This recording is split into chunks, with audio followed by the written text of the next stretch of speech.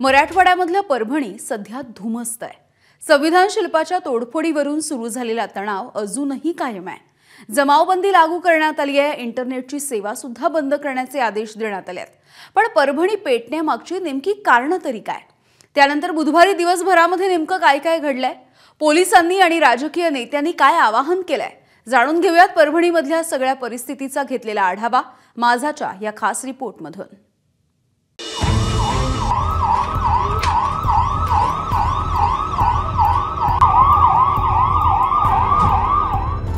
वाहनांची तोडफोड,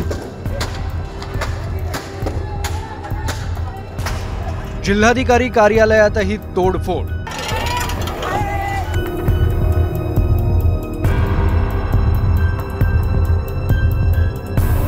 दिवसभर मोर्चे, आंदोलनं आणि ठिय्या।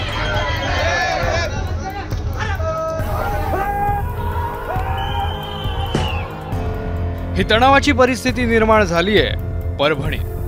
मंगळवारी संध्याकाळी साधारणतः 5 ते 5:30च्या दरम्यान परभणीतील डॉक्टर बाबासाहेब आंबेडकर यांच्या पुतळ्यासमोरील संविधान शिल्पाची तोडफोड करण्यात आली। तोडफोड करणाऱ्या एका माथेपुरूला स्थानिकांनी पकडलं, चोप दिला। मात्र तोपर्यंत संविधान शिल्पाची तोडफोड केल्याची बातमी वाऱ्यासारखी पसरली। आंबेडकरी अनुयायी एकत्र आले आणि संतप्त जमावानं आंदोलनाला सुरुवात केली। पण या आंदोलनाला हिंसक वळण लागलं, दगडफेक झाली, वाहनांची तोडफोड करण्यात आली। काल सुरू झालेलं हे आंदोलनाचं लोण दुसऱ्या दिवशी आणखी पेटलं। बुधवारी सकाळपासूनच परभणी शहरात बंद पाळण्यात आला। शाळा महाविद्यालयही बंद ठेवण्यात आली होती।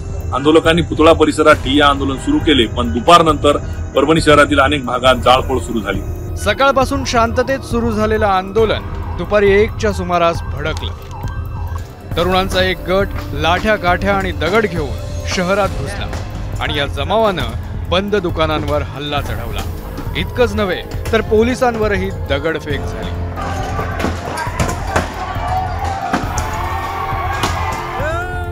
पोलिसांनी शांततेचं आवाहन केलं आणि परिस्थिती थोडीफार नियंत्रणात आली।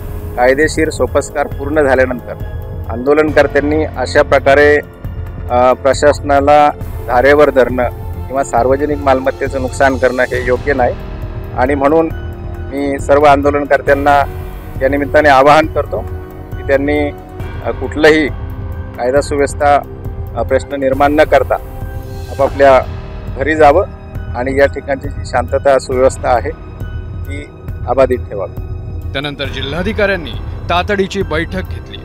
या बैठकीत जमावबंदीचा आदेश काढण्यात आला, पण याच दरम्यान महिलांचा एक गट थेट जिल्हाधिकारी कार्यालयात धडकला आणि तिथेही तोडफोड झाली।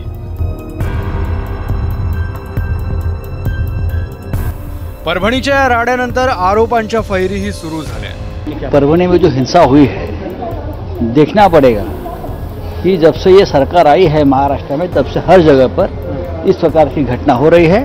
लोगों ने शांतता रखनी चाहिए और हम सब महाराष्ट्र के लोग डॉक्टर आंबेडकर के साथ, उनके विचारों के साथ रहे हैं, सबको मालूम है। प्रकार घडला है तो या देशातला अत्यंत दुर्दैवी आहे की संविधानाचा अपमान करणं म्हणजे माझ्या मते राष्ट्रद्रोह आहे आणि असा राष्ट्रद्रोह करणाऱ्या माणसाविरुद्ध राष्ट्रद्रोहाचा गुन्हा झाला पाहिजे।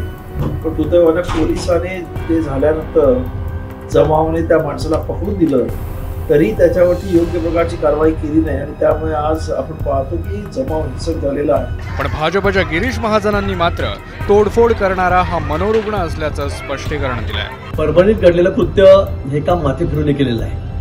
तो ठार वेडा आहे, सर्व परभणीकरांना याची कल्पना सुद्धा आहे। त्याला अटक करण्यात आलेली आहे।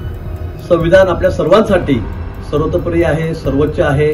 आपल्या तुम्हा सर्वांना संविधानाविषयी नितांत आदर सुद्धा आहे, पण कायदा हाती घेत सामाजिक सलोखा बिघडेल अशी कोणतीही कृती होणार नाही याची आपण सर्वांनी काळजी घ्यावी। स्वतः माननीय मुख्यमंत्री महोदय देवेंद्रजी हे सर्व परिस्थितीवर लक्ष ठेवून आहेत। परभणीतल्या या घटनेचा केंद्रीय मंत्री रामदास आठवलेंनी निषेध केला।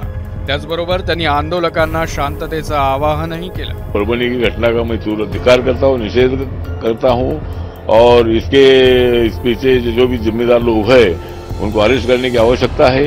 हमारे अम्बेडकरी जनता ने वहाँ पूरा आंदोलन शुरू किया है। सभी जिले में मतलब पूरा जिला बंद है तो सभी आंदोलनकर्ताओं को मेरा कहना है कि अभी शांति रखने की आवश्यकता है। आरोपी को अरेस्ट कर दिया है, उसको कठोर कार्रवाई उनके ऊपर होने वाली है, तो सभी लोगों ने शांति रखनी चाहिए, ऐसा मैं अपील करता हूं और ये घटना का तीव्र निषेध करता हूं। परभणीतल्या या आंदोलनाची धग आजूबाजूच्या जिल्ह्यांमध्येही जाणवते। अनेक बसच्या फेऱ्या रद्द करण्यात आल्या। संविधान शिल्पाची तोडफोड करणाऱ्या समाजकंटकाला अटक झाली आहे। त्यामुळे थोडं सबुरीनं घेऊन शांतता राखण्याचं आवाहन एबीपी माझाही करतंय। पंकज क्षीरसागर, एबीपी माझा, परभणी। एबीपी माझा, उघडा डोळे बघा नीट।